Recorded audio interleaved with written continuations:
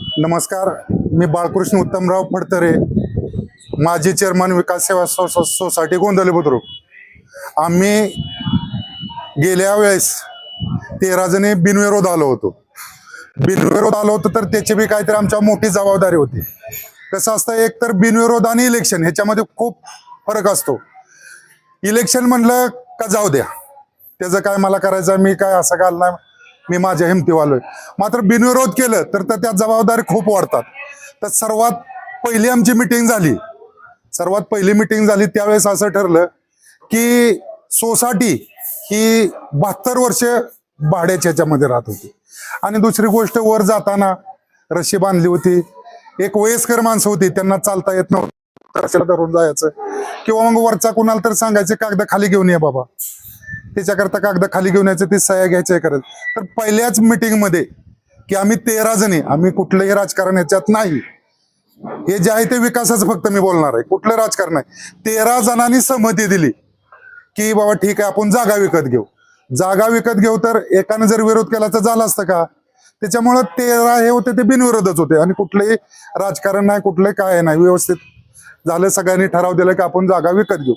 त्याच्यानंतर आम्ही आलमगीर तांबोळी म्हणजे बळी तांबोळी त्याच्याशी कॉन्टॅक्ट केलं। बरं, त्याच्याकरता किती गेले होते, काय गेले होते, जागेचे काय किंमत झाली होते, सगळ्याला माहित आहे का, आम्ही सांगायची गरज नाही, ते कितीपर्यंत गेले हे बी माहित नव्हतं। तरी आम्ही सर्वांनी त्याला रिक्वेस्ट करून, त्याच्या घरच्यासनी बोलून, विशाल कदमाचे माझे त्यांचे घरगुती संबंध होते, त्याच्यावर आम्ही 18.5 लाखाला त्याला तयार केल्यानंतर ती जागा विकत घेतली। तर त्याला जे कमी पैसे पडले ते 13 जणांनीच दिले। म्हणजे असं काय कोणी म्हणायचं नाही की आम्ही केले किंवा कोणी केलं, 13 जणांनी दिले, तेही केलं। त्याच्यानंतर सोसायटी बांधली। ह्याच्यात बी काय कुणाचा म्हणजे राजकारण वगैरे काय नाही केलं, सर्व सुरळीत चाललं होतं। परत त्याच्यानंतर ठरलं की बाबा पैसे सगळ्यांनी दिलेत, एखाद्या चेअरमन मी आहे किंवा अभि आहे किंवा विशाल किंवा XYZ चेअरमन आहे, त्याने एकट्यानं पैसे दिले नव्हते। पैसे सगळ्यांनीच दिले, जे कमी पडले होते ते, बाकीचे सोसायटीचे पैसे होते, जे कमी पडलेले ते संचालकांनी घातले होते।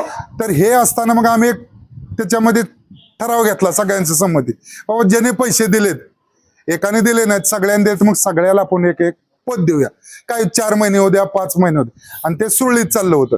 सुरळीत चाललं असताना मध्येच हे परत झालं, आणि आम्ही त्यांना भरपूर रिक्वेस्ट केली की तुम्ही राजीनामा, दुसऱ्याचा नंबर येईल, पण राजीनामा जे आता चेअरमन होते त्यांनी राजीनामा दिला नाही।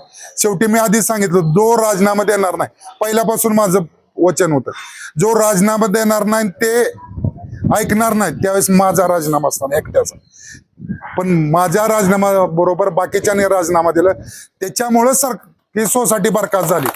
पहिल्यापासून सांगितलं होतं, जिथं ऐकणार नाहीत, जिथं त्यातला एक बी विरोध जाल किंवा आपण बिनविरोध आहे, राजकारण सोसायटीच्या बाहेर, सोसायटीच्या आत राजकारण करायचं नाही। जिथं तुम्ही एक बी विरोध करेल त्या दिवशी माझा राजीनामा असणार। आणि हे करताना बी मी बऱ्याच वेळा मी म्हणले कुणी बी माझ्या पैसे, आणि ज्यावेळेस मीटिंग झाली, एका पार्टीचे माणसं नव्हती, सगळ्या पार्टीची माणसं होती, त्यांना तुम्ही बोलू शकता, कुणी कुणाला म्हणू शकत नाही की ह्याच्यामुळे झालं त्याच्यामुळे झालं।